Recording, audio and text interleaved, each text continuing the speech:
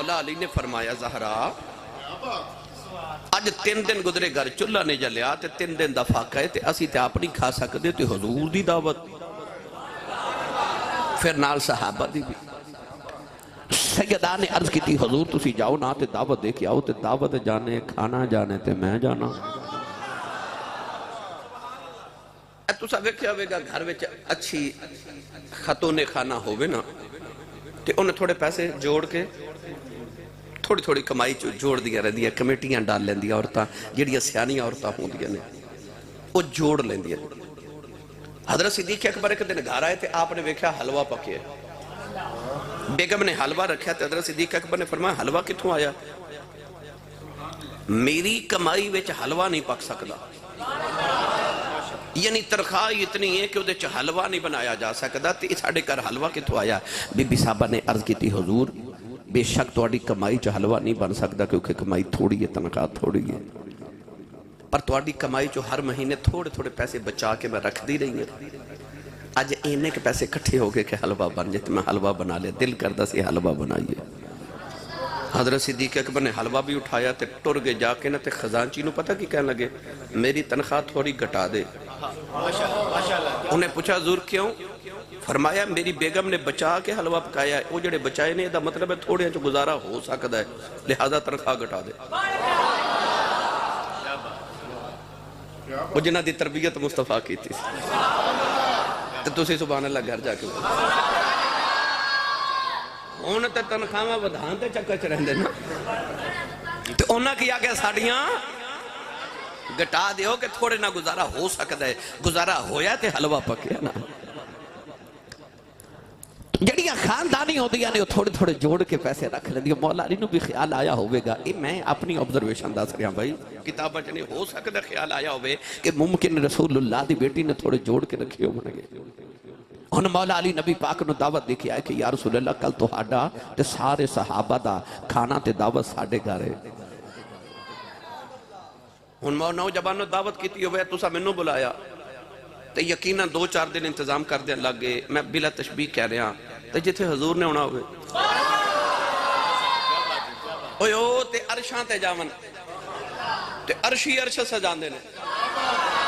فرشاں تے آون تے فرشی فرش سجان دینے آج مولا علی نے بیکھیا کہ دعوت دے آیا تے رات نو کوئی انتظام نہیں سیدہ دی رات اونجی عبادت چو گزر گئی اگلا دن آ گیا تے دوپہر دا وقت بھی قریب تے کوئی انتظام ہی نہیں نہ سیدہ نے چولہا جلایا نہ کوئی ہانڈی پکائی نہ کوئی روٹیاں بنائیاں کچھ بھی نہیں بنایا مولا علی نے خیال آیا تے فرمایا زہرا یاد ہے نا آج حضور دی دعوت ہے عرض کی تھی حضور یاد ہے تے انتظام کوئی بھی نہیں جدو دوپہر دا وقت قریب آیا تو سیدہ عرض کر دیا نے جاؤ نا نبی پاک نو لے کے آؤ مولا علی دروازے چگے تے سیدہ کہہ دیا حضور جدو ٹر دے آؤ نا تے ذرا میرے بابا دے قدم مبارک گن دے آیا جائے مولا علی مڑ کے فرمان لگے زہرا عثمان غنی تے غلام آزاد کیتے تے اساں کو غلام آزاد کرنے نے اسی تے فقیر لوگا عرض کی تھی حضور بس تو سینہ میرے بابا جان دے قدم گن دے آیا جائے آجابانو جڑے بلے کون لیندے والی صلی اللہ علیہ وسلم آ رہے صحابہ بھی نال نے عثمان غنی بھی نال نے مولا علی المرتضی نبی کریم دے قدم مبارک گن دے آ رہے میرے آقا نے بھی علی وال ویکھیا صحابہ نے بھی ویکھیا عثمان غنی بھی ویکھیا نوجوان مولا علی قدم مبارک گن دے آ رہے جڑے بلے گھر آ کے بیٹھ گئے ادھر سیدہ زہرا پاک نے مصلی بچھا لیا تے سجدے چردے کر دیا نے ربا آج تیرے عرشہ دا پرونا ساڈا پرونا بن کے آیا عرض کی دیا اللہ میرے علی بڑے پریشان ہیں یا اللہ میرے کول علی دکھی نہیں ویکھے جانے عرض کی دی مولا آج ساڈی لاج رکھ لائے میری زندگی دیا راتاں مصلی تے گزریاں نے عرض کی دی اللہ جے شرمندہ نہ ہو جائیے عرض کی دی اللہ کھانا کوئی نہیں کھانے دا انتظام کر دے ادھر سیدہ سجدے سے رو رہی ہیں ادھر دروازہ کھڑکیا مولا علی نے دروازہ کھولیا جنت فرشتے جنتی کھانا لے کے آگے نہیں مولا علی نے دسترخوان سجایا صحابہ نالے کھانا کھا دینے نالے عرض کر دینے کملی والی آؤ دعوتاں تے بڑیاں کھدیاں نے